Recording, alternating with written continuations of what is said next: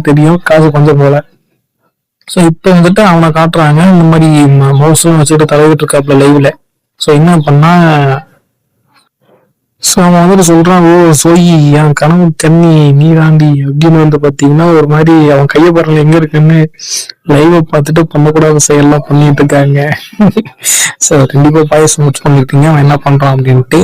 So அவன் ரூமை காட்டுறாங்க, நிறைய குப்பையா கிடக்கு, ஒரு மாதிரி தனி தான் இருக்கான் போல, சாப்பிட்டு சாப்பிட்டு அப்படியே அங்கேயே போறது, குப்பையெல்லாம் அங்கேயே போடுறது, அந்த குப்பையிலேயே வாழ்றது, அந்த மாதிரிதான் இருக்கான் போல. ஆனா லைவ்ல கேட்டா நான் வந்துட்டு ஒரு பிசினஸ் பண்ணிட்டு இருக்கேன், ஒரு கம்பெனில சிஇஓவா இருக்கேன் அப்படின்னு சொல்லிட்டு கதை கதையா அடிச்சு விடுறாப்புல.